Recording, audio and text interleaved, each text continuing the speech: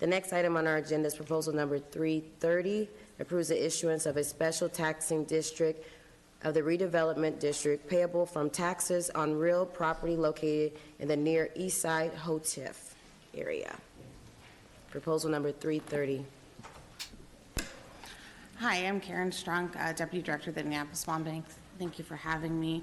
Tonight we are seeking approval to issue up to $19 million in redevelopment bonds secured by the Near East Side Housing TIF.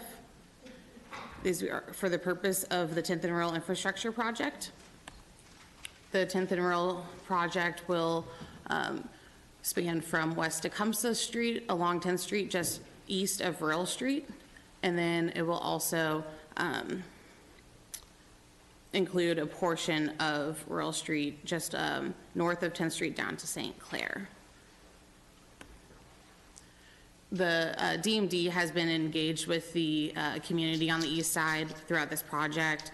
It was delayed due to the NDOT North Split, so we're coming back a little later than originally imagined. And this most recent scope was also presented to the community this summer. The biggest goals of this project are to calm vehicular traffic and increase pedestrian safety. This is the west end of the improvements along 10th Street. Here's another portion of 10th Street from Keystone to Temple Avenue. Here's the 10th Street reconfiguration of the intersection, which, as you know, just turn everything into a roundabout. A little unsafe, especially with the sightlines So much better. Exist. And then this is the Rural Street improvements from 10th Street down to St. Clair. Like I noted, the infrastructure benefits here are increased vehicular and pedestrian safety. There's some stormwater issues that will also be a part of this reconstruction, and the also just the repavement down to surface level. The proposed bonds will have a not to exceed amount of $19 million. These will be tax exempt bonds with a rate not to exceed 8.5%. Max term would be 13 years. And then the use of funds would be to fund the project and then also the financing. Here's a breakdown of the financing and project cost. We're building in a reserve fund to achieve the best interest rate savings and get this done at the lowest possible borrowing cost. Our financing team, the bond bank will be issuing the debt on behalf of the city. Crow is serving as municipal advisor. Taft is serving as bond counsel, and we anticipate this will likely be a direct placement, so we'll engage a placement agent. Shocker there. And then this is also our proposed financing timeline. So we already started our MDC approval process last week. We are here with you all tonight, and then we will hope to seek full council approval at the December 4th meeting. And then we will seek to issue the debt sometime in 2024. Sometime in once we have a better 2025. idea of the construction timeline. That's Maybe really all I even later. have. Thank you so much for your presentation. Questions, comments from councilors? Councilor Jackson. Thank you. Thank you for your presentation.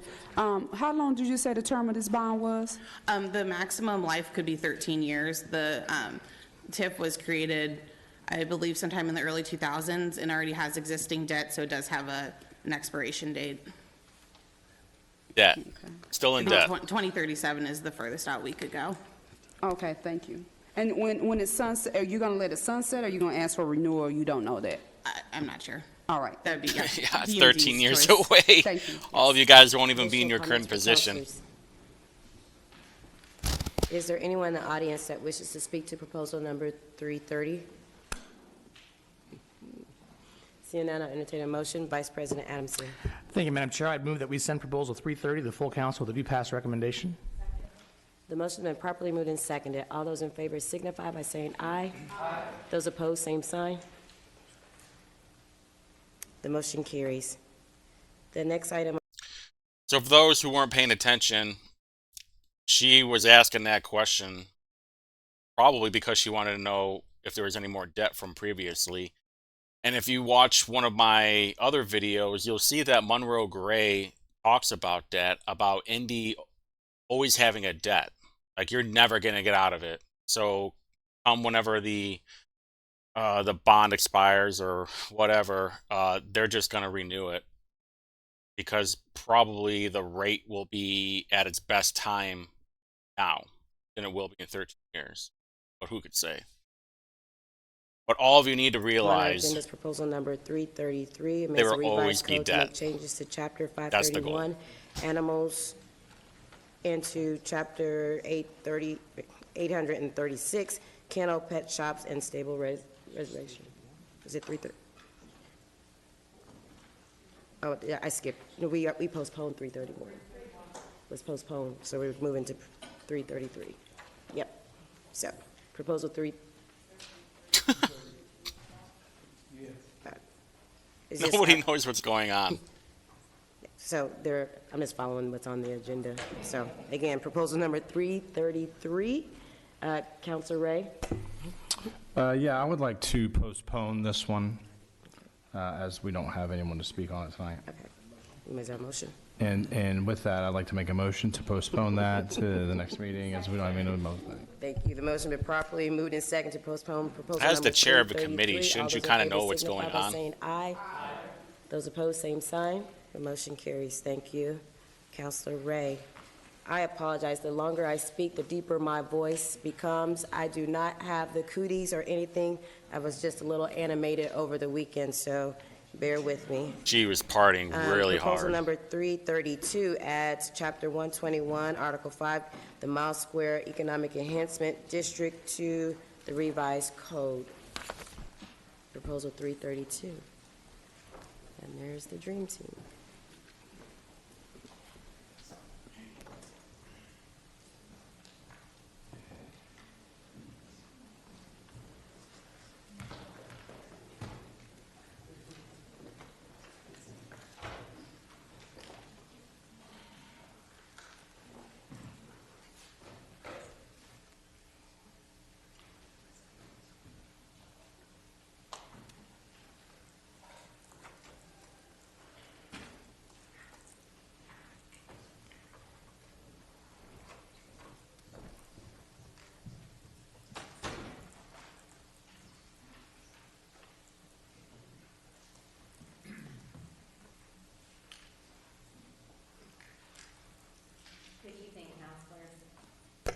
Good evening, counselors.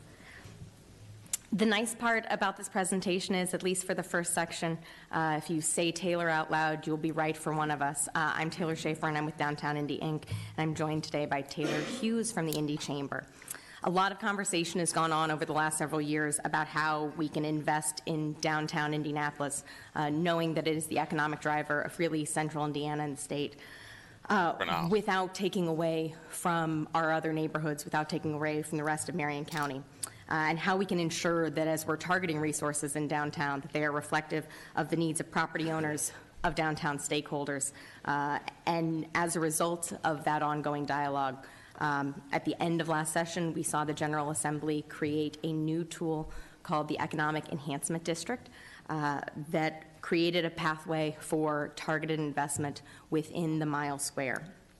As part of that, the council was charged with, has charged us, Downtown Indy and the Indy Chamber, with talking to a wide variety of stakeholders to ensure that there was a clear, transparent process for what this district might look like, as well as ensuring that the funds would support the type of ongoing, consistent, reliable, responsive services that will make our downtown really competitive and on par with so many others across the country that are utilizing tools like this. So with that, I'd like to turn it over to Taylor to talk a little bit more about the legislation. Thank you, Taylor. This is an exciting topic to speak to you all on tonight because it's an excellent example of state and local government working together to solve problems that I think we all recognize, which is ways to find sustainable, dedicated funding in safety, cleanliness, and homelessness response in the downtown core. The piece of code that was enabled through the HB 1001 state budget is called an Economic Enhancement District. This is a supplemental assessment fee that is eligible on all taxable real property within the Mile Square. That's north, east, south, and west streets in downtown Indianapolis. Downtown Indy Inc. is named in fund as in code as the administrator of the funds. The district is set for a 10-year term, which is renewable by the General Assembly and City County Council. The EED board is comprised of 4 state and 4 local appointees. That's 2 from the governor, 1 by the Speaker of the House, 1 by the Senate Pro Tem, 2 by the Mayor of Indianapolis, and 2 by the City County Council of Indianapolis. The majority of the board members must be property owners within the district. We think that piece is especially important about this structure, which distinguishes it from other structures that have existed in the past. The property owner representation on this board is significant, which we believe is intrinsic to the value here. Property owners need to be in the driver's seat of the programs that are defined by the district, invested in by the district, and that property owners in the mile square can feel the tangible impact from. The eligible uses permitted in code are security, which includes both public safety technology and off-duty patrols, safety ambassadors, cleaning, litter, graffiti removal, outreach to individuals experiencing homelessness, operations for a low-barrier shelter, landscaping and beautification, public events, business attraction and development, and planning for improvement activities. We'll speak more specifically about that low barrier shelter component, which was a significant impetus for why this proposal gained approval at the state level this year, and we'll get into that in just a minute. What we know is that this type of tool is not unique. There are more than 2,000 of these districts across the country. In fact, downtown Indianapolis is the largest central business district in the country to not have one of these. It can be leveraged in order to think creatively about the needs of a given geographic area. I Never think one of needed the it things before now. we should acknowledge Still that kind of list don't that need you it. saw before you of acceptable uses mirrors really closely what you see with this language in other districts across the country. What I think you'll hear as we talk about our conversations with stakeholders and what we envision this district might look like here in Indianapolis is that it can be very tailored and responsive to those downtown stakeholders and property owners. Couple of examples, because I think it's important to contextualize what this looks like in other communities.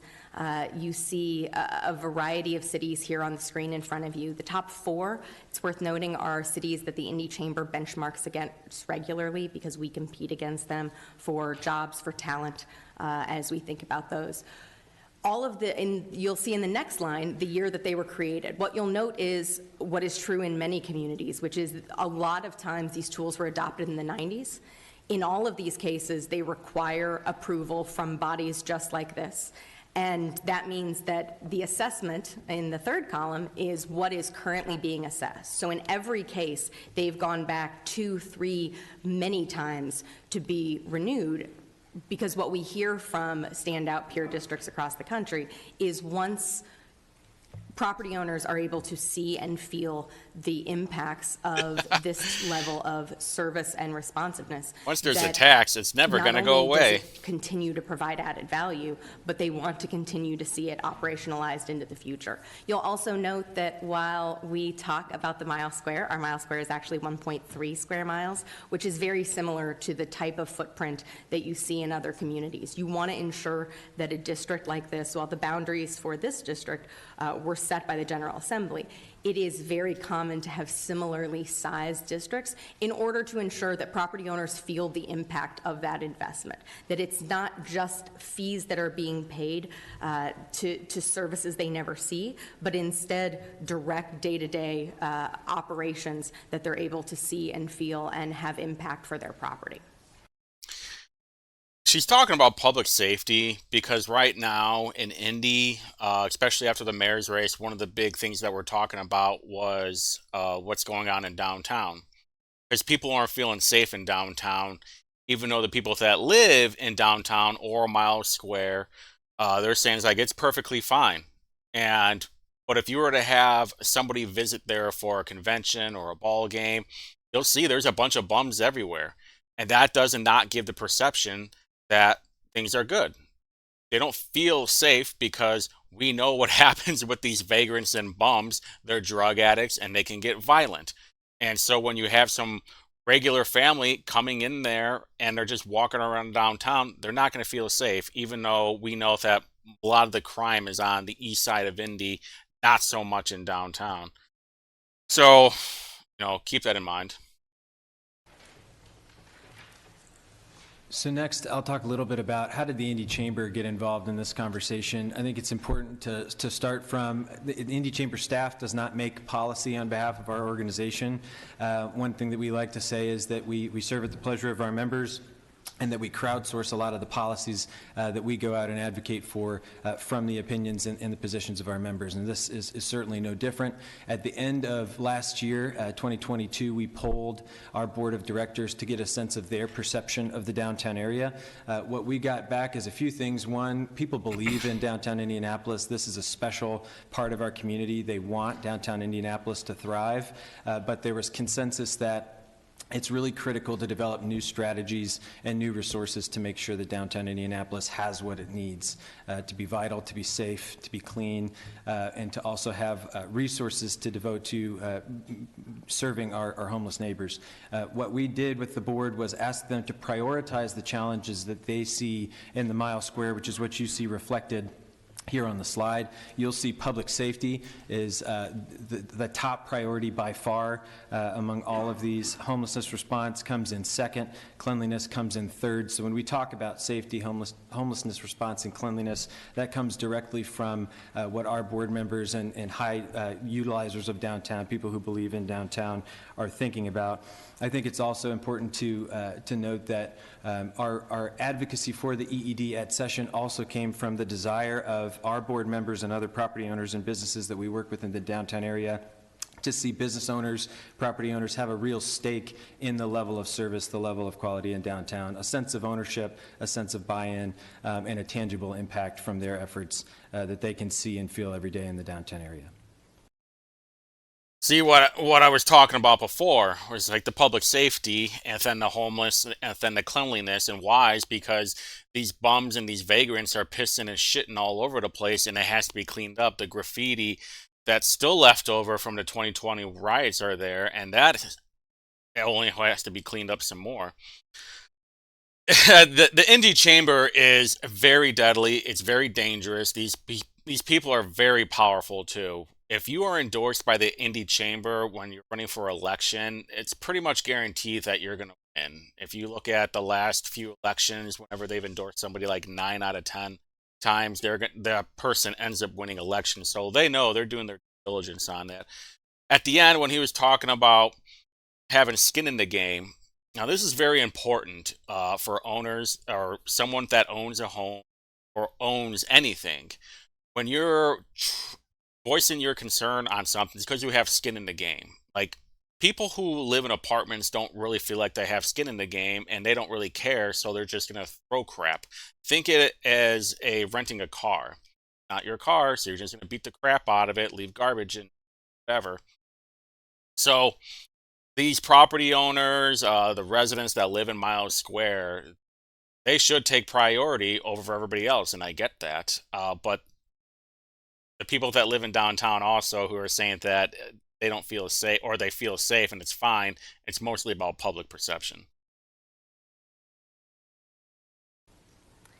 This isn't the first time that our community has talked about how you could utilize tools like this in the downtown area. I think one of the questions we've gotten most often as we've been socializing this concept is, well, what's different this time than in previous iterations? And I think one of the most direct outcomes of that, one of the most direct answers for that, is that earlier this year, you all and the city administration provided us about $3.7 million downtown Indy to really do an 18-month demonstration project to focus on those 3 areas that Taylor just mentioned, of how do we improve both overall safety but perceptions of safety, connectivity and engagement with small businesses. How do we improve the public safety technology that is being utilized not just by our public safety partners but by small to mid-sized businesses who may not have had the ability to, or the expertise to buy in and connect with IMPD's public safety system.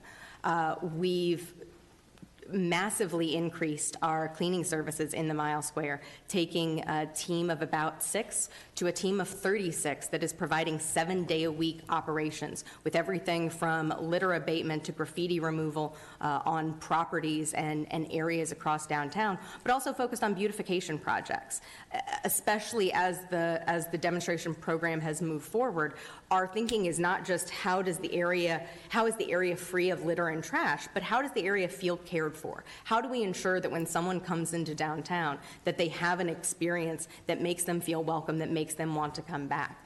And I think that's a question that so many downtowns are grappling with, and we want to ensure that we continue to remain not just competitive, but ahead of the curve. The last category in this demonstration program is a partnership with Horizon House and Adult and Child. That is funding 6 additional homeless outreach workers in the Mile Square, people that are dedicated to building relationships, connecting people to resources, moving them through not just the housing pipeline, but ensuring that they have the things that they need, the tools and the resources to be successful and find the type of long-term sustainable housing that we want for all of them. Funny when she talks about, oh, these cities are really grappling with feeling safe and it being pretty. You want to know why? Because Democrat policies. You have Ryan Mears and the courts right now that are just letting the jerk-offs off with nothing. Low bonds, dismissing the charges, plea deals. I can't even tell you how many cases that I've looked at where a felon has been caught with a gun, and all these Democrats are talking about gun safety. Guess what? That person should be charged and prosecuted. Guess what's happening? Nothing. The cases are, most of the time, getting dismissed. Or if it's even tagged along with another crime, say theft, and they're caught with a gun. They'll get charged for theft, but they won't be charged with the gun crime. Why not? That's the Democrat policy of what's going on. When she's talking about how the ARPA funds, the American Rescue dollars, oh, we had all this extra money and we can do all these amazing things in downtown. It's like, well, how do we keep doing that? Well, now the state assembly, they approved this whole, EED thing. And then the Democrats were just like, oh, we can tax more people? Yeah, let's go after that. Now we know when Democrats are talking about taxes, they're actually very pro-tax. And so this is where we're going to be, and it's never going to end. It's only going to get worse. When this thing expires in 10 years, they're just going to keep charging more after this whole thing. It is kind of cute when she was talking about the homeless outreach workers and these safety ambassadors. There was an article not long ago that I read. These safety ambassadors work like 8 to 4. And same thing with the homeless outreach people. They only work 8 hours. They're not there all night long. And we know most of these crimes are happening at night. So what's really the point of working in the day? You're going to get a little bit, but guess what? Things happen much worse after dark. So the housing hub, low barrier shelter, is a concept we've heard discussed many times over the last 6 months and indeed couple of years.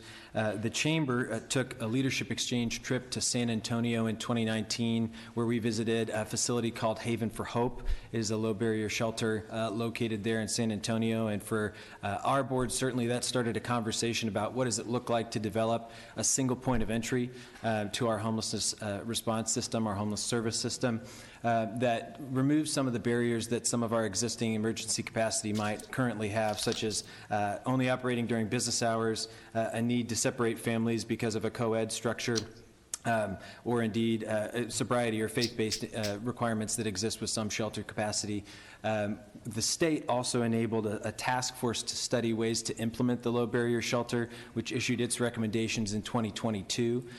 Part of the conversation at the state legislature in 2023 was, okay, if there are capital requirements that a low barrier shelter or housing hub will need, what is the operating strategy to provide resources for this to exist and run smoothly? What you'll see here on the screen is the state of Indiana appropriated $20 million into a pool of funds administered by the IHCDA, the Indiana Housing and Community Development Agency, and the City of Indianapolis appropriated $12 million of its ARPA funding for capital costs for a low barrier shelter and housing hub. Really what this is designed to do, and the city administration is currently working with partners and with the state to finalize the operating and space plan, but it is designed to be a single point of entry where folks can come and have services administered to them, be triaged to a stable situation, and into permanent supportive housing as quickly as possible. That might mean a bed in the shelter for an evening, that might mean a short-term stay in one of the leases next door, or it might mean immediate placement into permanent supportive housing so that they can get on the road to self-sufficiency and stability. This is going to be a giant scam. We can already tell from it right now. The big homeless industrial complex. This is a pretty big deal.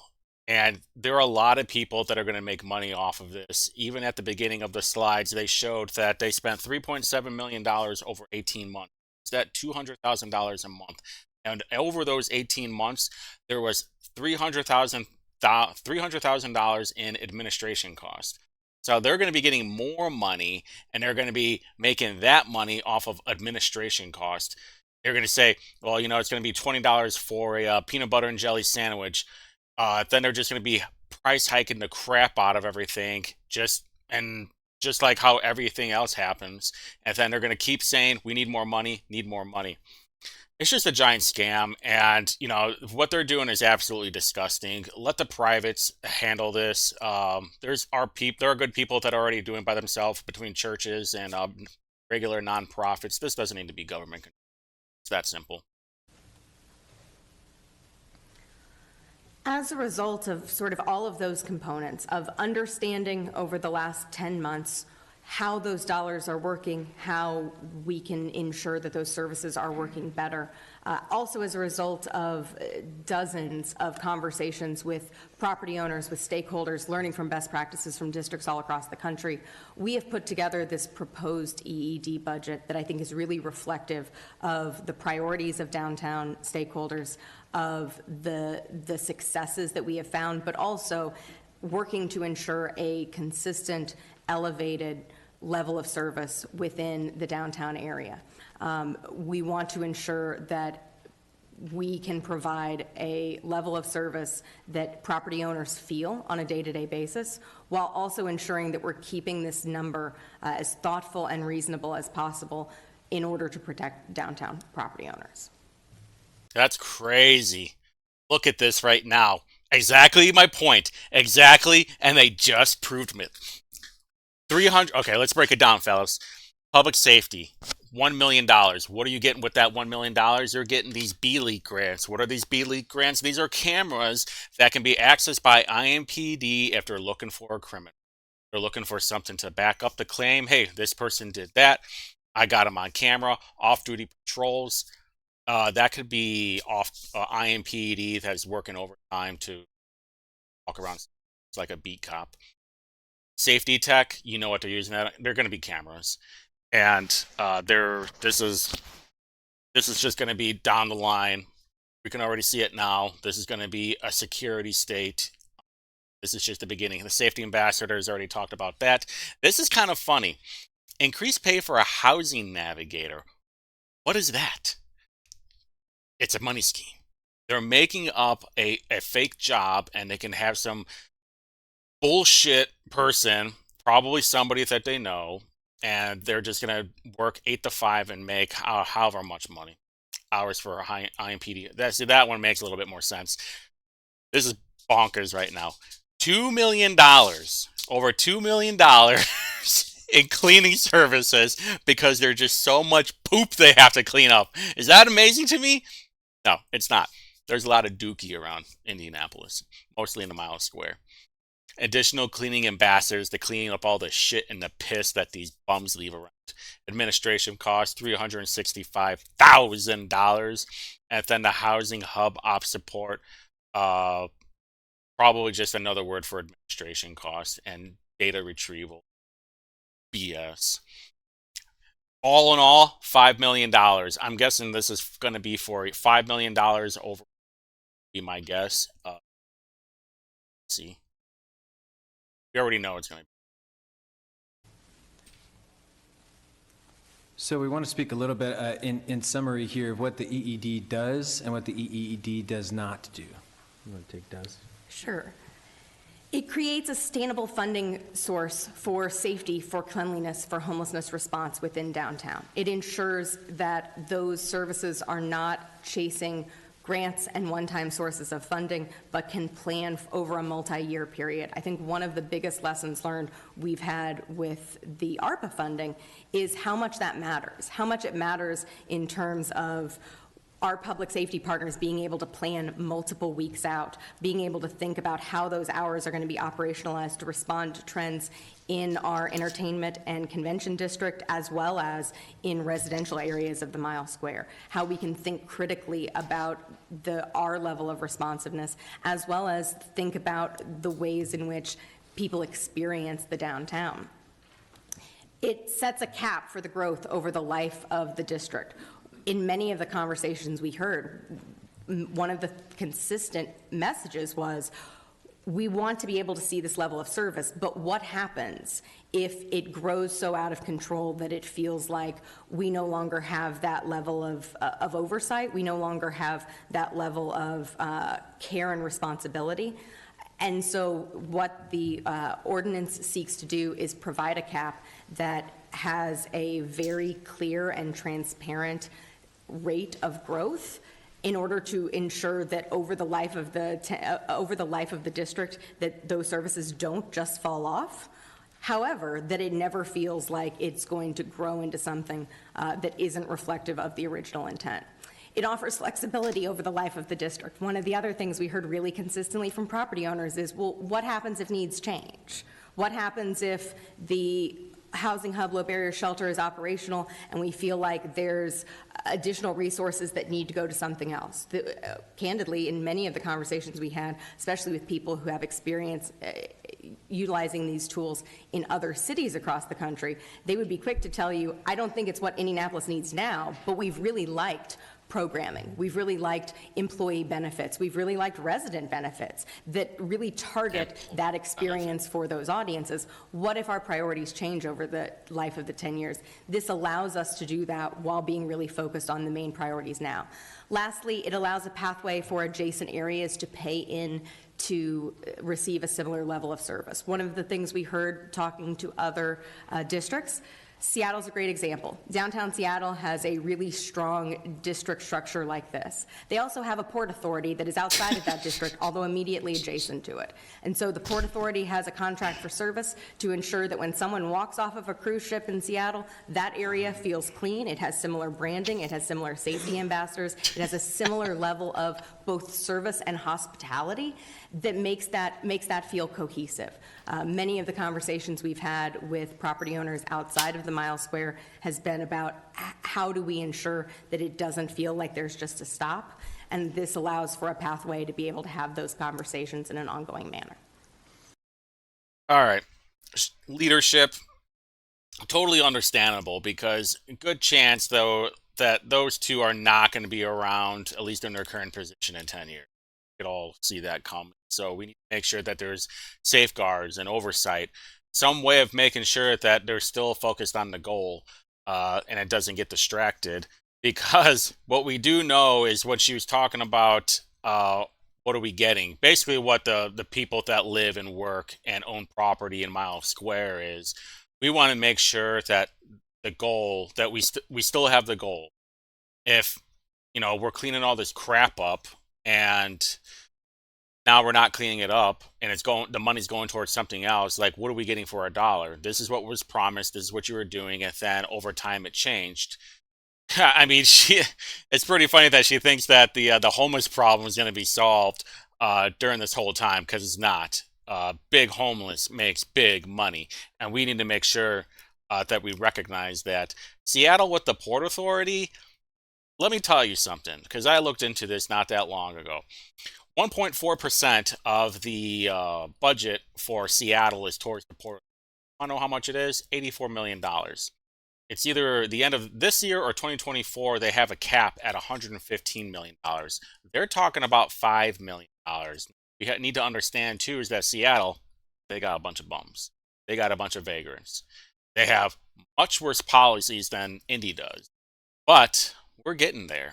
So when I say this tax will never end, this is why.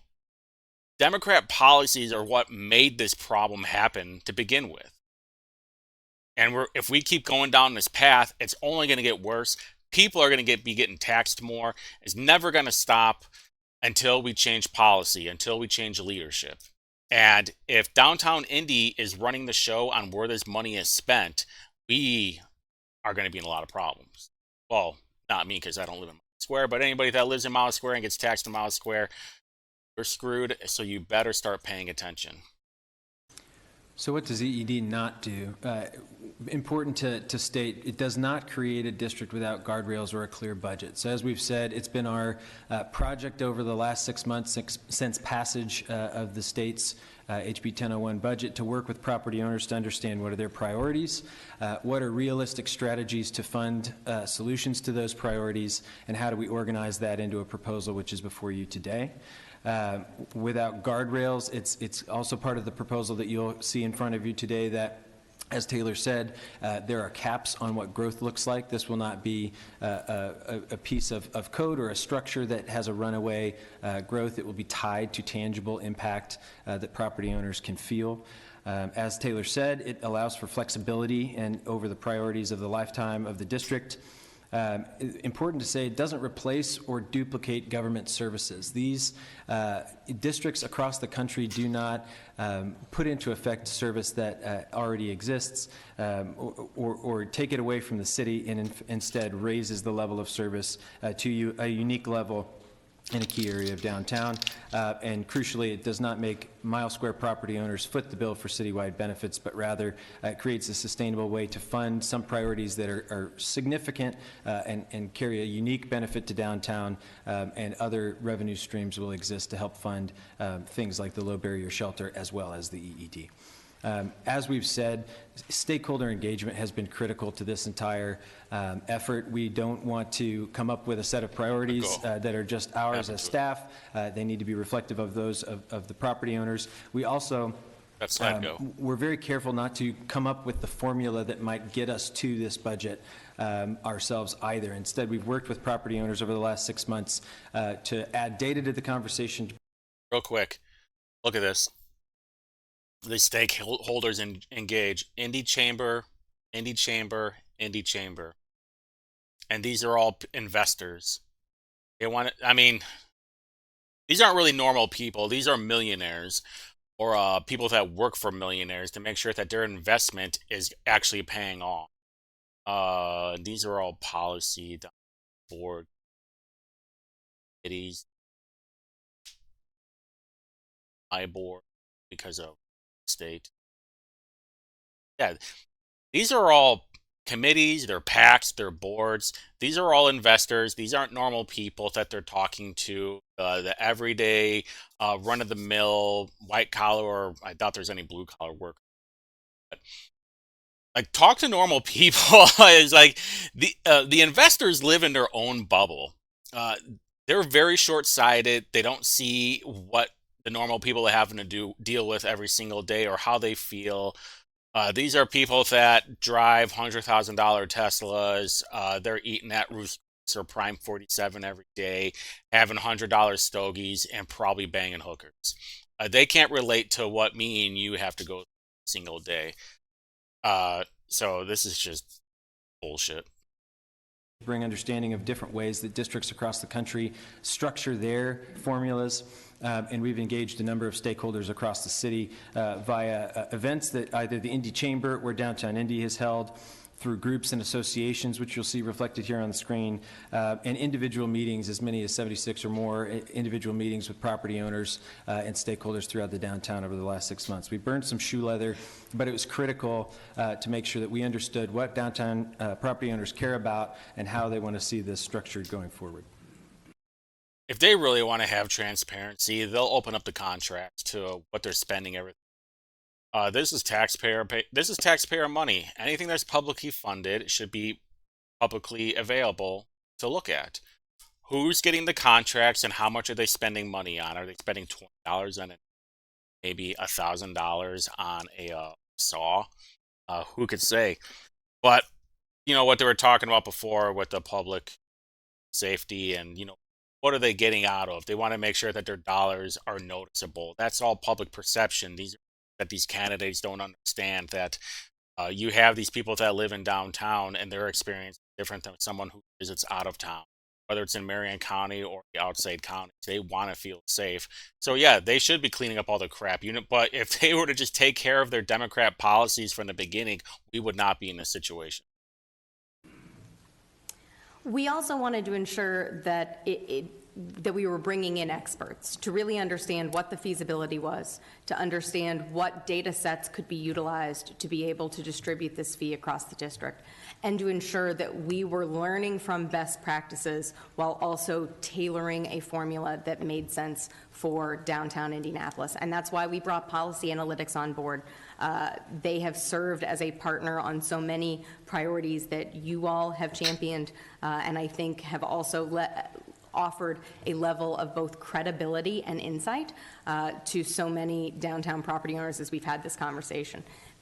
They've run a wide variety of scenarios, and then at that point, we got to go back out to downtown stakeholders and say, which of these feels right? Which of these is most reflective of what you're seeing within your property and how this fee can be distributed across the mile square?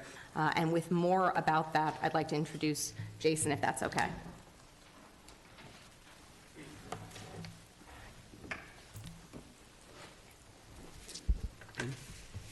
Thank you, Taylor. Thank you, Madam Chairwoman. My name is Jason O'Neill. I'm the Managing Director of Policy Analytics, and I'm here to speak to the fiscal analysis that really addresses the methodology by which the EED assessment is allocated to property owners. So as was mentioned, the EED boundary is defined as a mile square per its enabling statute. That's approximately 600 acres within downtown that's bordered by north, south, east, and west districts. It comprises about $3.5 billion of gross assessed value within the city. The EED encompasses and participants include taxable real estate. Taxable real parcels are eligible to participate in the EED itself. And so major landowners and land uses within the EED include office structures, apartments, hotels, and other commercial entities.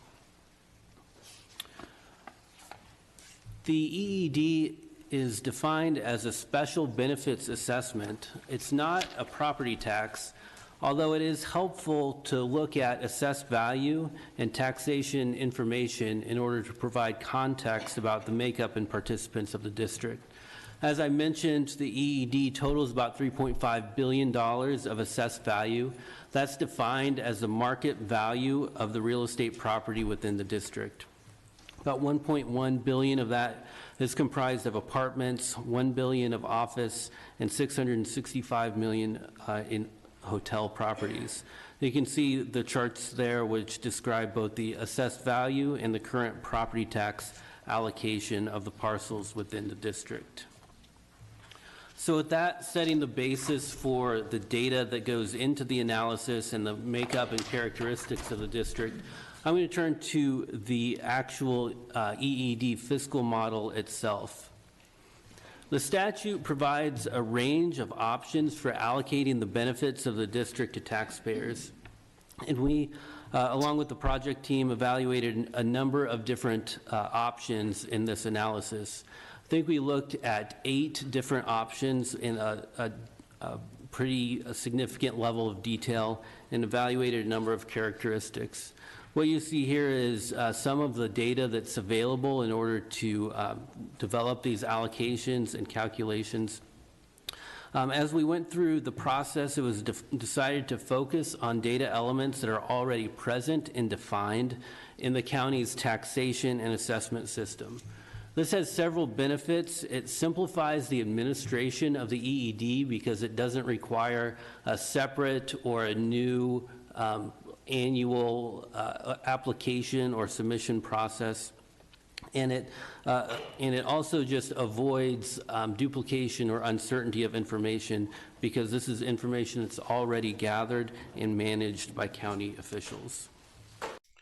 What it sounds like to me is this pot will only get larger with time because they're basing it off property taxes, property value. That property values always go up. And I can only imagine how much rent is going to go up now because these apartment buildings are going to have to be taxed. So as Taylor mentioned, the options were evaluated. There is consensus around the proposal that's before you, which applies a $250 annual fixed fee to residential parcels. That's defined as single-family residential parcels, so think houses, condos, townhomes, that type of property. And then it applies a fee to all other non-exempt parcels based on their share of total gross assessed value within the district. And so that comes out as we do the analysis based on the most recent assessment data available, comes out as a share of 0.1681% of the gross assessed value. So essentially 0.17% of assessed value. There is also, as Taylor mentioned, a cap on the overall increase in the EED assessment. In the first year, the EED assessment will generate $5.5 million. And then after that, the growth will be controlled, the maximum growth will be controlled by the 6-year average in non-farm personal income in the state of Indiana. That might sound like a very specific arbitrary measure, but that is actually the measure and the metric that's used to control the growth in property taxes throughout Indiana, and so this will be consistent with that. I don't know if you saw, but the EED for 52 apartments is going to be $1.87 million. That's $35,000 per apartment. So you're not going to be finding any cheap apartments in Miles Square. I promise you that. They're all probably going to be starting off at like $2,000 a month. I think when I checked last time, a few months ago, I think the low that I found was like 30. So as we look at the allocation and the contribution, where the dollars will come from, as I mentioned, in the first year, the EED will generate $5.5 million in total assessment. As we do the analysis, about $1.87 million comes from apartments, $1.77 from office facilities, and $1.12 million from hotel. And you can see the distribution in that chart.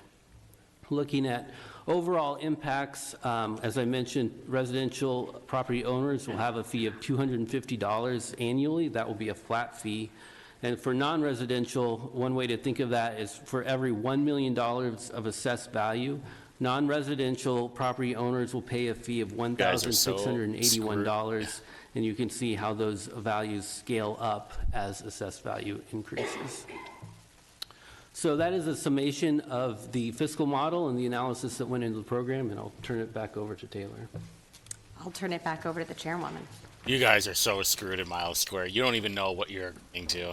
Thank you so much for your presentation. Questions, comments? From You're just going to Councilor put it on to the President next Johnson? person.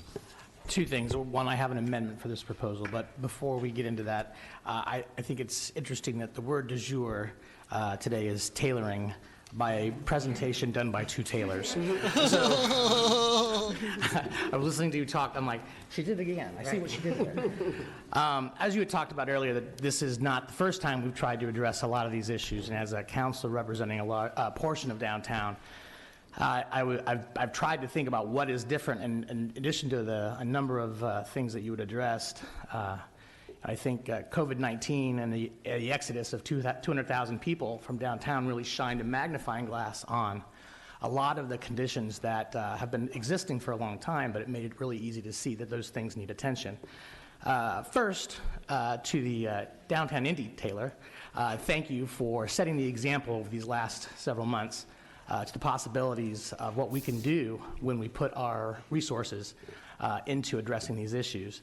And thank you also to the Indy Chamber for championing this issue in conjunction with downtown Indy. So I have an amendment, Madam Chair, if I could. And before I do that, I want to read a statement just so that there's an understanding of what this amendment does. This economic enhancement district tool was created by the General Assembly during the 2023 session, along with downtown Indy and the Indy Chamber. We have worked closely with Policy Analytics to help us determine an equitable formula and ensure a $250 cap for residential properties and cap the MSEED budget to $5.5 million. We needed additional time to figure out the wording, which is why we are presenting this amendment tonight. And so councilors should have a copy of that amendment here. Yeah, we'll see what happens. That does basically what I It's just not going to mentioned get there. capped. And so Can we all with just admit Madam that? Chair, I would It's move not to going to amend. get capped. This amendment's just for now. Motion been properly Things can be moved and changed next seconded year. to amend the proposal In number case you didn't know, too, the General Assembly can come back next year and get 332. rid of their Questions district. regarding the amendment? Is there anyone in the audience that wishes to speak to the amendment? Look good. Again, the motion been properly moved and seconded. All those in favor of the amendment only signify by saying aye. Aye. Those Also, opposed, same sign. this group of people The motion caused the mass carries. exodus of Additional Indian comments downtown. regarding the proposal. Counselor Jones. Thank you, Madam Leader. As a counselor who represents a large portion of downtown, I represent businesses, I represent property owners, and I represent a large portion of unhoused constituents, who I also represent. And with the pandemic, as Vice President Adamson said, I spent a lot of time in Zoom boxes with shareholder meetings, stakeholder meetings, and we were discussing the needs and the challenges of downtown. And ironically, it was almost everything that's in this packet. So I thank you, Taylor and Taylor, for listening. I thank you so much for the dollars that went into the homeless outreach. And for those of you in the audience and who are listening, I have called, thank you very much for the American Rescue dollars, because I personally call the homeless outreach unit several times a week in my district to get services to our constituents. And I saw the difference, the uptick in the services, and it is real. The dollars are real, and it helps.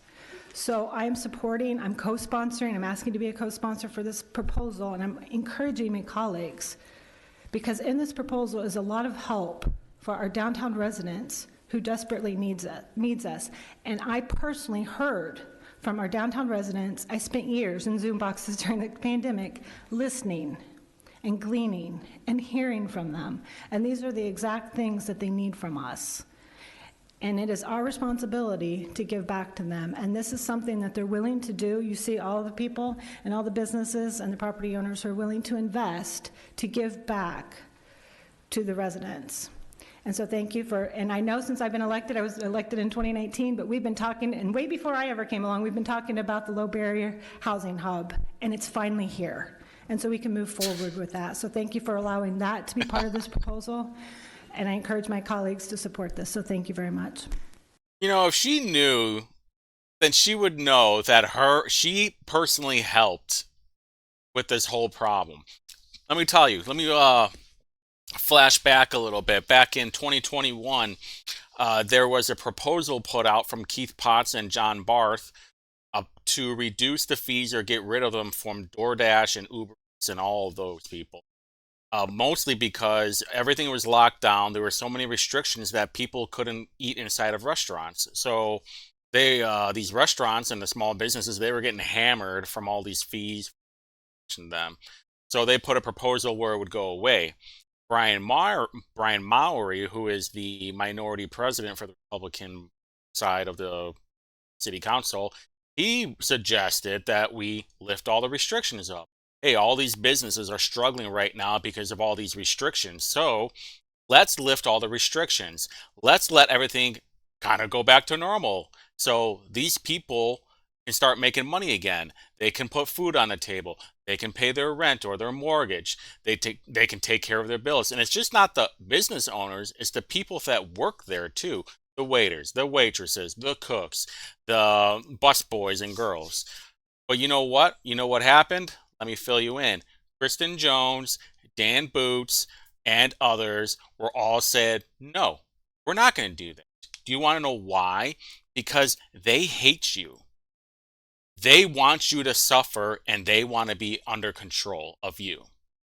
So next time you have a chance to vote for somebody, don't vote for them. But it was already too late. You guys voted for them for some awful reason. So whatever happens in the next 4 years, that's because of you. When Indy starts going on their free fall down to hell, that's because of you. So congratulations on getting taxed more. You voted to get more taxes on you.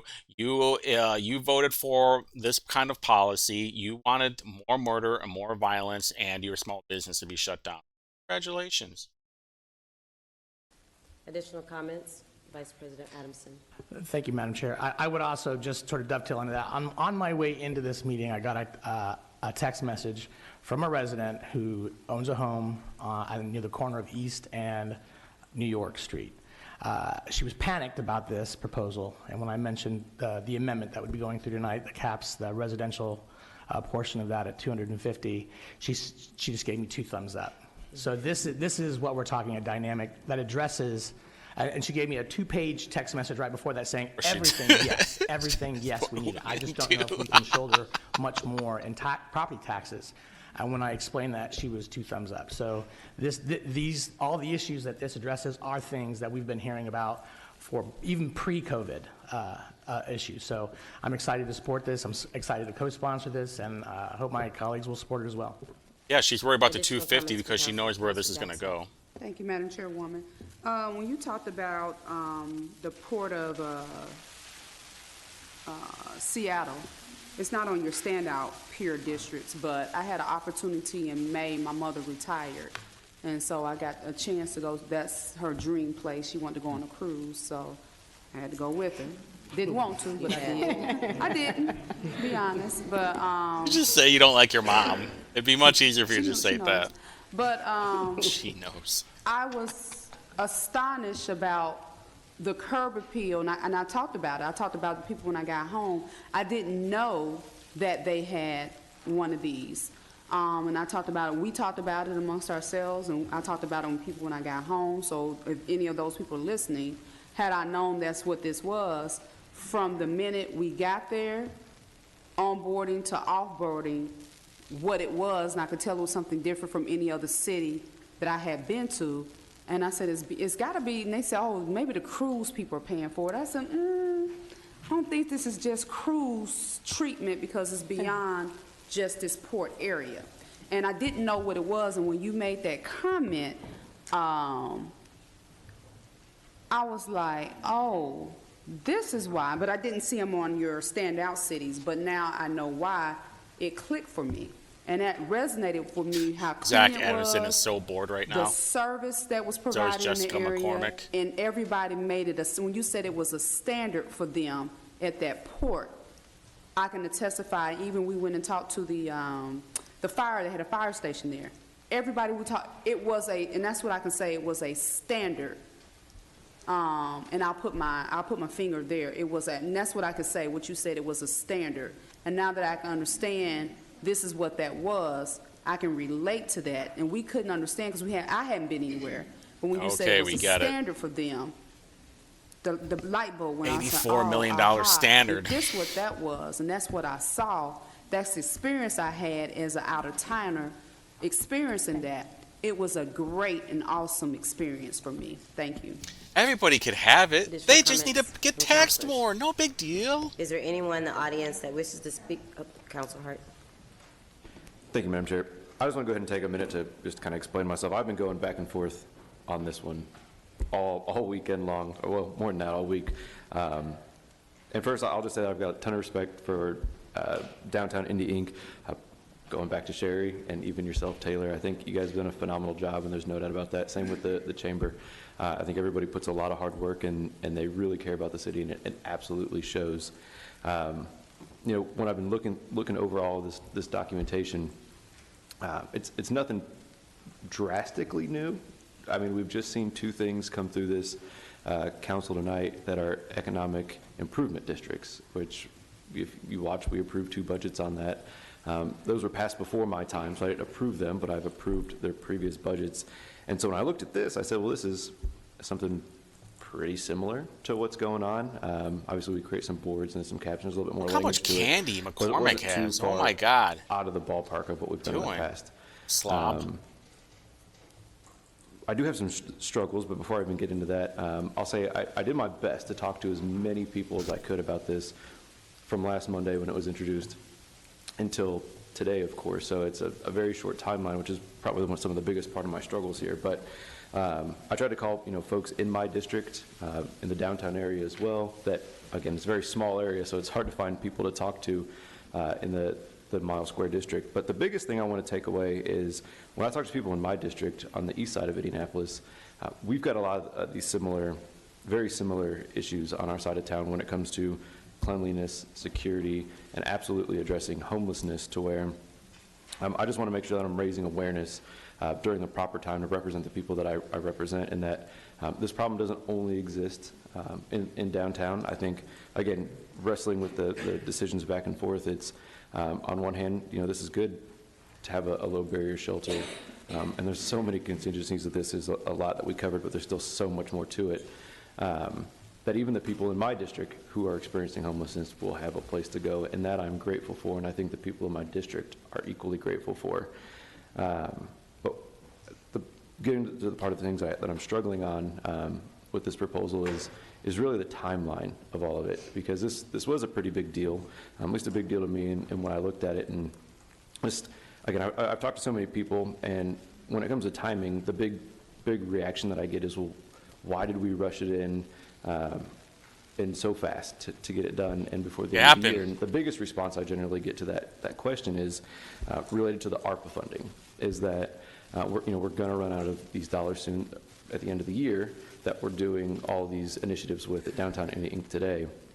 And what I keep going back to in my mind is that we had all year to do this. We didn't have to do it just now. We had all year long to have these conversations, so myself and other counselors could talk personally to these business owners downtown to get an understanding. I see I've got lists here from folks that were passed out of names that I could have had 6 months to call all these people and ask their opinion on it. I personally hosted breakfasts all summer long to try and shape policy and initiatives for this next coming year. Buddy. I could have invited these folks and bought them some Lincoln Square, but I didn't have that opportunity. I'd still like to have that opportunity, but it's not going to be granted to me, and I don't think that I'm doing justice as a counselor to cast a vote in favor of this without having the due diligence of time to actually cast an educated vote. I like a lot of this, but because of the timing aspect to it, again, I just don't find that I'm giving enough educated vote to it to do proper justice to the folks. I want to see absolutely nothing but good come out of this. Don't get me wrong. I think there's a lot of great things that can happen and have already happened. Definitely know that. But when we make big decisions at the city like this, and this goes, to this committee and every other committee that I sit on, and I will mention these things in full council as well, but we have to give diligence to the counselors to give the time to do their research. And 1 week before committee was not enough time for me to be able to give a vote in support of this. Had we started this in January, had we started this earlier in the year, my vote could have been different today. But I want just everybody to know, when we talk about things of this level of magnitude and importance, it's important that we have the proper amount of time to come to these decisions. Dude, you're like a 5 Thank vote you, Counselor. council. Counselor Ane. Vote doesn't mean shit. Thank you, Madam Chair. I won't go into great lengths. I share some of the concerns that Councilor Hart just noted. I will not be supporting this evening, but my vote against this proposal does not represent the deep appreciation that I have for Downtown Indy Inc. and all the great work they do today, the great work they'll do tomorrow, the great work they've done for many years, as well as any chamber. These are people who love our city, who share a lot of the same visions and hopes and aspirations for the future, just not comfortable at this time with the funding mechanism in place that this proposal illustrates, but there'll be a lot more conversations to be had, and I look forward to being a part of those. You could just say, hey, you know, this came out of nowhere. We didn't have any time to prepare for this Is there thing. anyone in the audience that wishes to We don't speak to trust Proposal you. 332? Just be honest with them. Stop dicking around. Remember, you're given 2 minutes to speak. If the person in front of you say something that you were thinking about saying, do not feel the need Gee, to eat more candy? repeat their statement. What are we doing? Again, Here's some more candy. Want some candy? Thank you, Madam Chair and members of the committee. Oh, I'm my Doug God. Brown, and I appreciate Stay the off opportunity the to sweets. address you very briefly this evening. I rise tonight in support of this measure wearing two hats, really. One, as a partner of Bose McKinney & Evans, which employs about 200 people in the Salesforce Tower, just a short couple of block walk from this assembly room tonight, but also as a Mile Square homeowner and resident. When my wife and I became empty nesters a number of years ago, we moved downtown, and we are unabashed lovers of downtown and the Mile Square, and we want the best for it. I remember fondly former Mayor Hudnut loving to say, you can't be a suburb of nothing. And that really is true. And I think he would really particularly appreciate this measure this evening, really for the same reason that I do, which is that it creates a special new unique tool for the city to assure that it is and remains a safe, clean, vibrant, welcoming environment for downtown workers, for downtown residents, downtown visitors, and downtown convention guests, all of whom are immensely important to not only our city but our entire region. I believe that this initiative will end up being a historic milestone in our city's history. I think in the future people will look back and they will admire your courage and your leadership in advancing this cause because it will end up, I think, benefiting greatly generations to come of central Indiana residents and downtowners. With that, I respectfully recommend that you support this measure, and I would be happy to answer any questions you may have. Thank you. Thank you.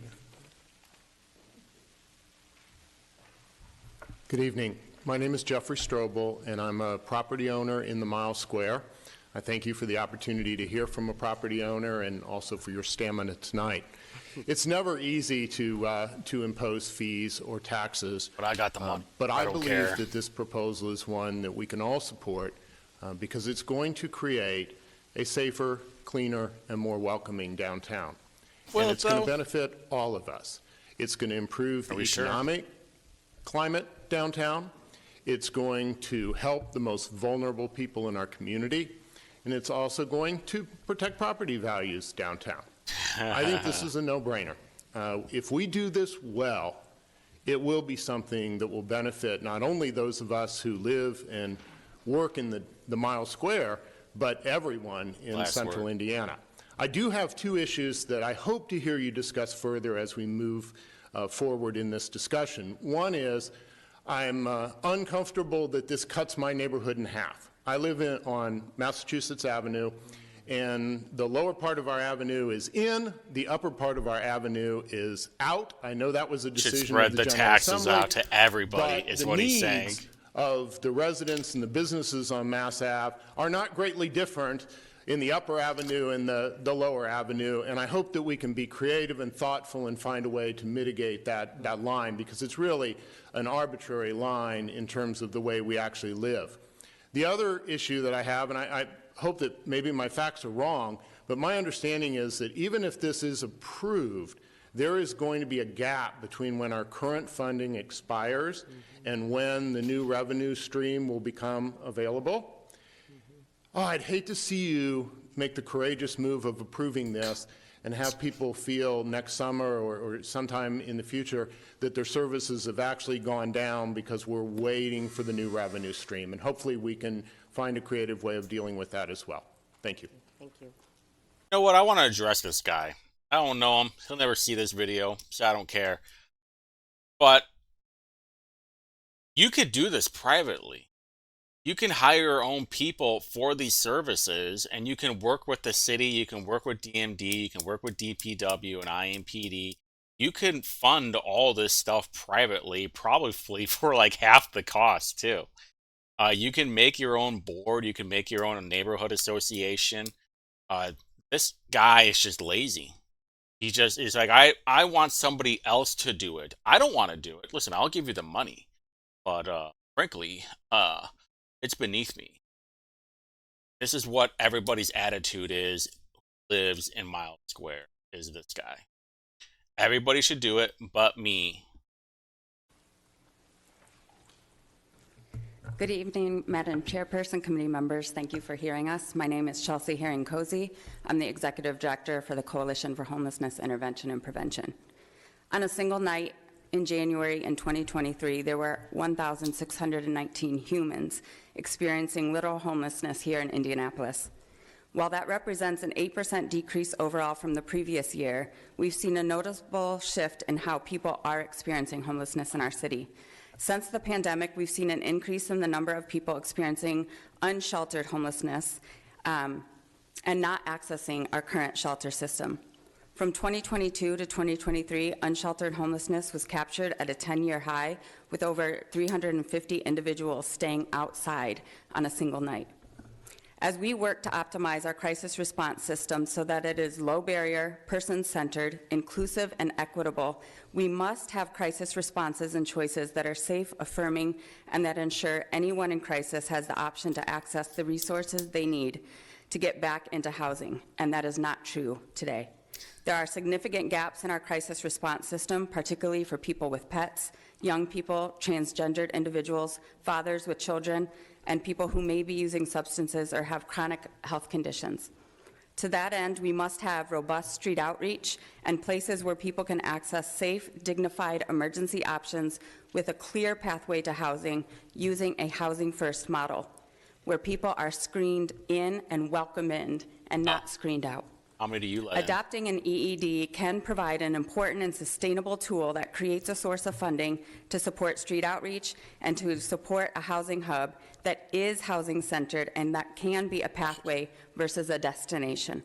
After all, homelessness is first and foremost a housing problem that requires permanent housing and access to high-quality supportive services.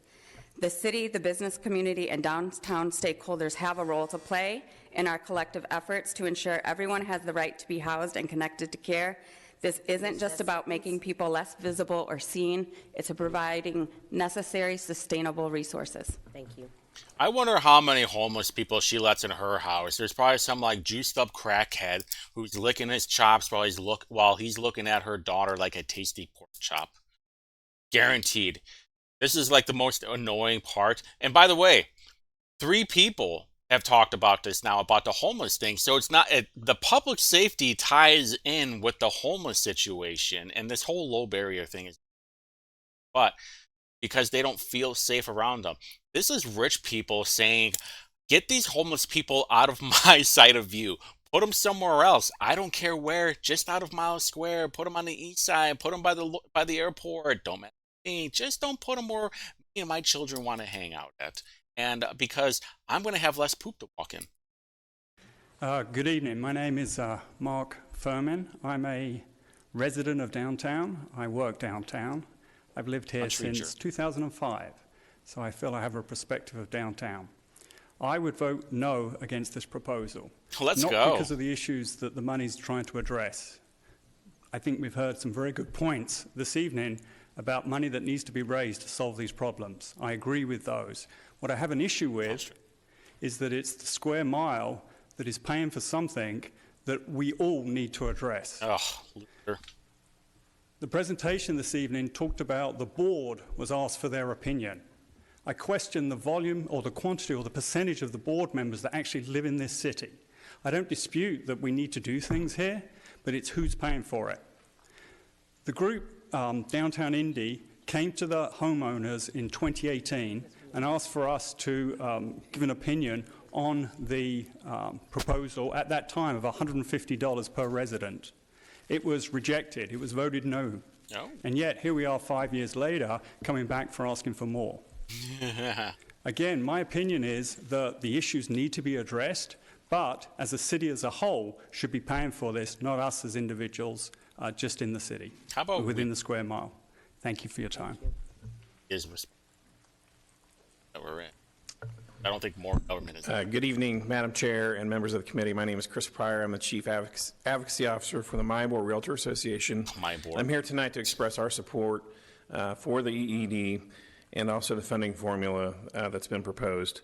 We believe that investing in the challenges that we see in our downtown are essential to protecting the investment made by property owners in the downtown area, and that maintaining a clean, safe, and beautiful downtown is essential to attracting not only residents, visitors, but also additional commercial investment.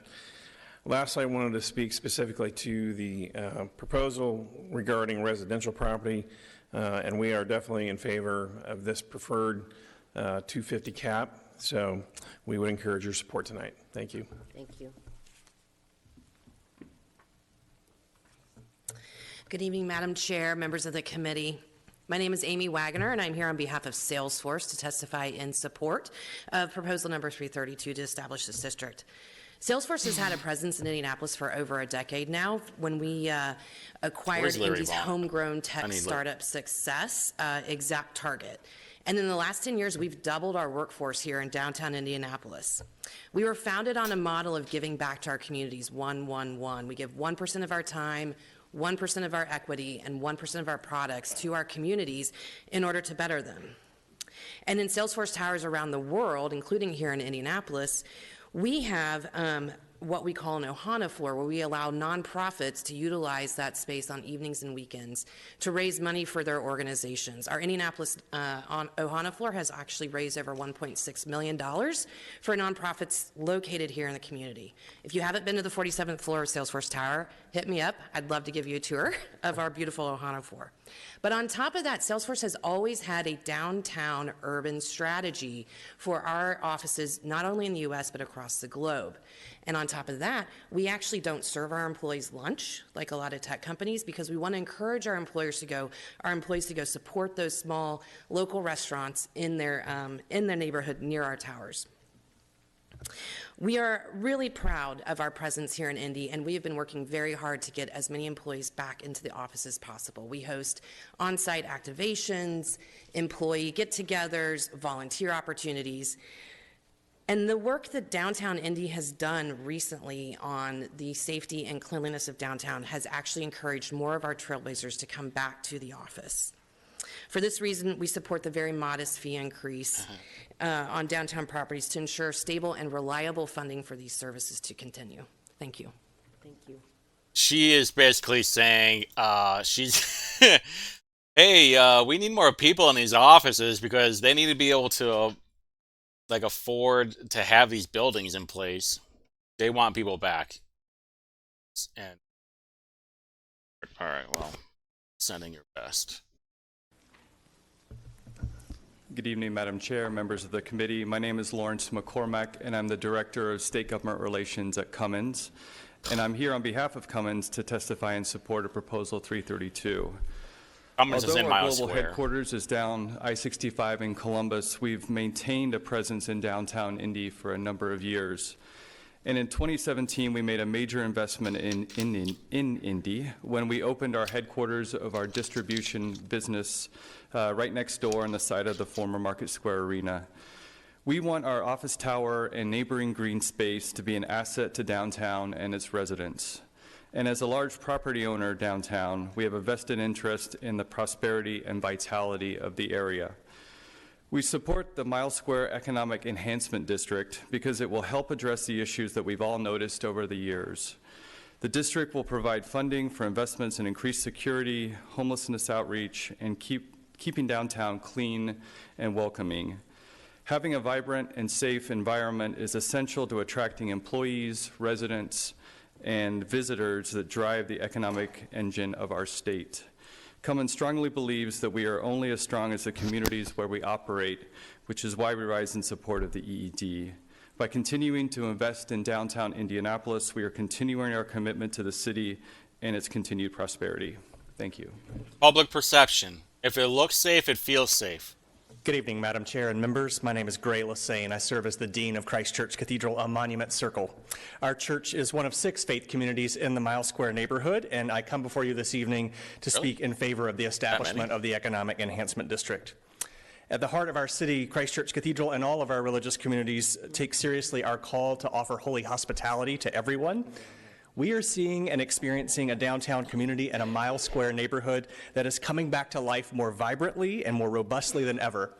At Christ Church, our attendance on Sundays and at our weekday worship services is up substantially. Our congregants are encouraged by the recent efforts of downtown safety and hospitality ambassadors, new roving mental health care clinicians, and continued outreach efforts of Eskenazi and Horizon House. We can see and we can feel the momentum that is underway, and we are confident that the benefits of an expanded services district will provide, the benefits they will provide are the right next steps to making Mile Square and Monument Circle neighborhoods truly welcoming and safe and clean for all people. Of special delight to us is the establishment of the housing hub, whose operations will be supported by this economic district. We welcome and know many of our neighbors who experience homelessness by name. We welcome them into our worship space, which is open every day. They come in to pray and to rest and to cool down or get warm. We greet them as they ring our doorbell and ask for a snack pack or a bus pass. We worship and share breakfast with them on Sunday mornings. We are honored to hear their stories and to offer them respite and refuge. Because we are a community of faith, we do not see these, our neighbors, as problems to be solved or as a business challenge or as issues to be addressed, but rather as beloved children of God who deserve dignity, mercy, and care. And because ministry with people experiencing homelessness is a priority for our church, we've partnered with Dayspring and Horizon House, and those partnerships are bearing much fruit. But our congregants would still like to be able to offer more round-the-clock services and resources, and we know that a housing hub will be a godsend to our neighbors who will gladly share their frustrations about navigating red tape and needing services under one roof. We thank you for your support of this measure. Thank you.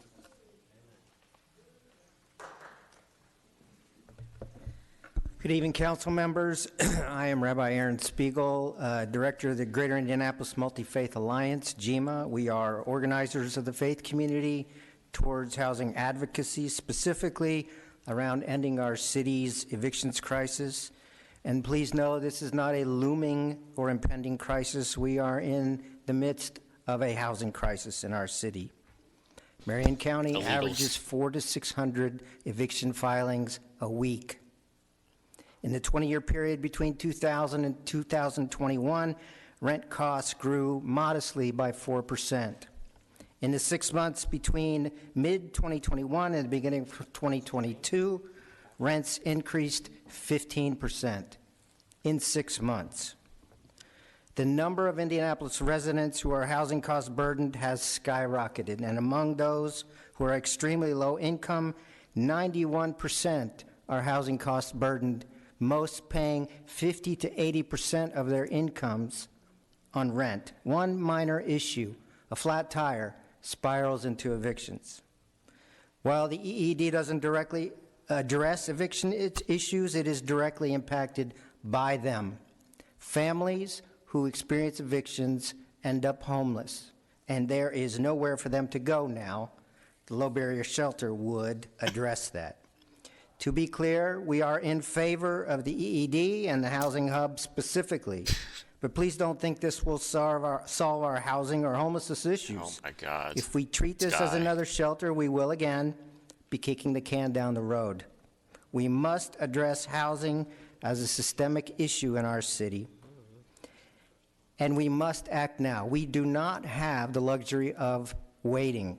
We know those who oppose this legislation are already drafting legislation in the General Assembly to either preclude this or undo it.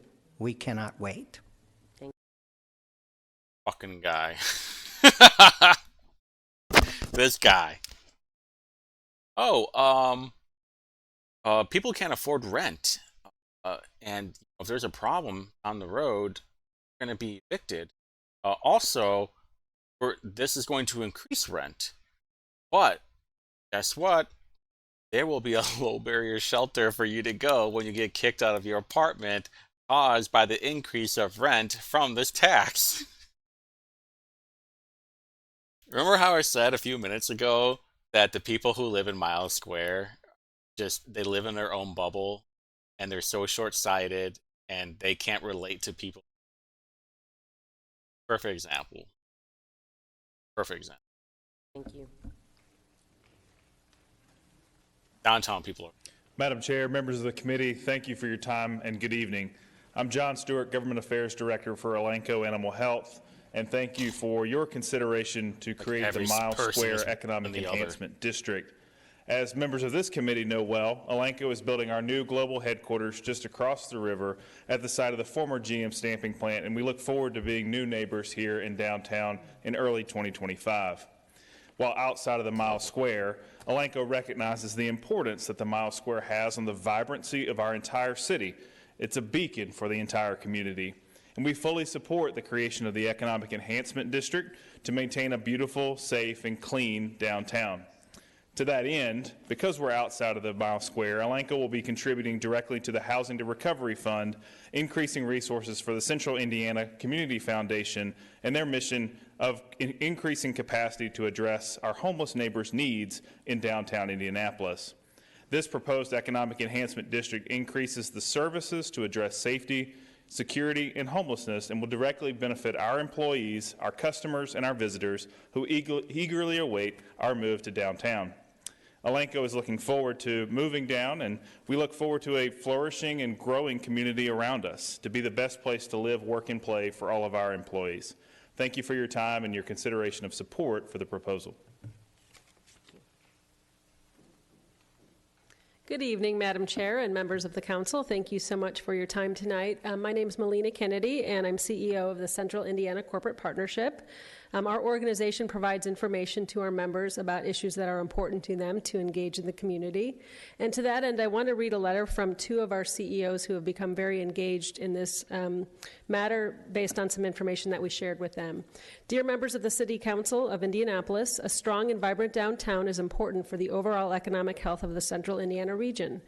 At a recent Central Indiana Corporate Partnership meeting, we learned about many challenges and needs of our downtown, including addressing chronic and unsheltered homelessness. As a result, we've been working to raise more awareness of the need for support to address these issues, and specifically the need for a low-barrier shelter with ongoing supportive services. We've been reaching out to our colleagues in business with some success to provide private support to help address this issue through donations to the Housing to Recovery Fund, which will help individuals experiencing homelessness with the needed supportive services. But in addition to this private support, it is important that ongoing public support is also provided to support these downtown services, including the operations of a low-barrier shelter. To that end, we understand that the Economic Enhancement District will allow for such needed ongoing public funding to support the low-barrier shelter and other activities and needs to ensure a vibrant and safe downtown. The City of Indianapolis is at a critical juncture, and your work on this issue is much appreciated. Sincerely, Jeff Simulian, Chief Executive Officer of MS Communications, and Jeffrey Simmons, President and Chief Executive Officer of Elanco Animal Health. They could have just came down there, said it themselves. Up it. Good evening. My name is Meg Starro, Chair of the Mass Ave Cultural Arts District Board. I'm actually have been a resident of downtown Indianapolis since '96, and I've always focused my volunteer efforts on my neighborhood and Mass Ave, serving on the Riley Area Board of Directors with Zach many years ago. And I think this the Cultural Arts District is an outgrowth of all of that work. We certainly support the Economic Enhancement District, and we think it's a really great step forward for the needed services that were demonstrated this summer that made a great difference for Mass Ave in addition to downtown. However, we view it as a work in progress. We think over time it needs to not have the artificial boundary that divides the Mass Ave Cultural Arts District in half. Tax everyone is what you're saying. We also think it needs to consider the vibrancy of the different identities in the Cultural Art District and not just become all of downtown. There's also work that's needed to be done on many of the systemic problems that come with success for the Mass Ave Cultural Arts District. That includes gentrification of the commercial spaces in addition to affordable housing issues. So I think there's a lot of work to be done. We embrace this as a first good step, but we want to partner with the EED to advance it to become even better. Thank you. Oh my God. Madam Chairwoman, members of the committee, my name is Adam Chavers, and I'm here to testify in support of Proposal 332. I'm a member of the Indy Chamber's Local Government and Fiscal Policy Committee, as well as the Chief Development Officer of Browning. On behalf of our firm, I'd like to express our support of the proposed Economic Enhancement District as a tool to invest in the success of downtown. The challenges facing downtown property owners have evolved in recent years, and we are eager to see a unified effort to meet these challenges in a coordinated and purposeful way. With a majority property owner board, the EED will give property owners a voice in defining the needs of the district and how funds should be invested, which in turn will give developers, owners, and real estate investors greater assurance in the environment of downtown when considering investment options. We are optimistic and excited about the future of downtown and believe an EED is what the Mile Square needs to compete for new investment and economic development and create a welcoming city for business, residents, and investors. Thank you. Good evening, councilors. Eric Gershman, principal of Gershman Partners, here to testify in support on behalf of Gershman Partners for the EED. We've been appreciative of being in front of this body several times before for investment both in the Mile Square and outside of it, and thanks again for the partnership. The EED is critical for the Mile Square. What we've seen, I travel a lot, and as Councilor Jackson was pointing out, other cities have done this very well, and it leads to a lot of economic development, not just in the Mile Square, but outside of it as well. So for that reason, we're very supportive of it. And also the ARPA funds in the demonstration this time around have had those funds. We've heard a lot from our tenants and from stakeholders about the improvements in the Mile Square and look forward to this being a continuation of that. Thank you. Thank you. I'm out. Hello, Madam Councilwoman and Council. I want to thank you for your time and your patience here this evening. My name is Pastor Carmen Doherty. I'm here speaking on behalf of Roberts Park United Methodist Church, located off of Mass Ave. But I'm especially here to speak on behalf of our guests that participate in our Soups on Feeding ministry that happens weekly. We feed anywhere from 100 to 125 guests, and we've had the joy of experiencing great things happening the last 3 weeks. A woman who has been trying for months finally got housing this week. Offerable. Sunday before that, a man was finally able to afford to buy a car. Okay. The Sunday before that, another man came up and said, I was finally able to buy a car, because this means that as the temperatures go down and the shelter capacities start to rise, as it starts to become more dangerous for them to stay there, they have someplace else to go. Okay. I have a trans woman that is right now able to stay in a woman's shelter. What? But that's just because they're not at capacity right now. As they get towards capacity, she will leave. Because when she entered last year, as a man? in January, when it was cold and they were at capacity, she was physically and sexually assaulted. Yeah, that's what happens at Wheeler's Mission. She is working a full-time job. She is saving money. She hasn't had enough money to buy a car yet, but she's working on it. There are so many people that are working so hard, and we wonder why they're homeless. If we took a housing first approach, oh my God, instead of looking at shelters, then we're starting to get at the root of the problem. They can start to build stability. They can start to gain more access to these resources that they need. Oh. This woman that I'm talking about has to leave 2 hours before work to take the bus to get where she needs to go, I and then thought it's public 2 hours transportation back. was awesome. We must start with housing first. Thank you. We just need a place where these drug addicts can do drugs. After that, the problem will take care of itself. Good evening, committee members. My name is TK with Nomad Alliance Indiana, and this is the housing hub project that you're referring to, or at least a component of it. And I just want to make you aware of potentially unintended consequences. The way this proposal reads is biased against the people that the housing hub would assist. There's all kinds of fear in here about what we have to do to essentially make them invisible. And that's what I want to speak to tonight. KT and I used to have an office in Circle Center Mall. We're not there anymore because they were not welcoming the people that we were serving. They were shooing them away. We were engaging them, sitting down next to them wherever they were sitting, which was usually on the floor. And that's okay. If there's not any other place to sit, it's a private they're not welcome property. to the food court, where can they be? on the floor by the door. So that's where I sat with them. And I want you to be aware of the way that the people at the mall, the people that you're trying to attract, it's a microcosm of the city. And if you're shooing them away, the people at the mall sense that contention, that vibration. And that's what we sensed too as we were shooed away. And I had to let the officer know, we have an office here, does it make a difference? Their policies create this division, and we have to stop that.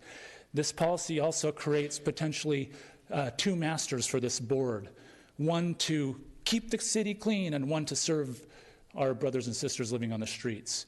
And in that, we have the opportunity now, and I appreciate that I didn't have time until tonight, and I don't understand why. We have meetings with the sponsor, and this is news to me. So why am I now just reading this, trying to understand it tonight? So we need time, and we need to act now.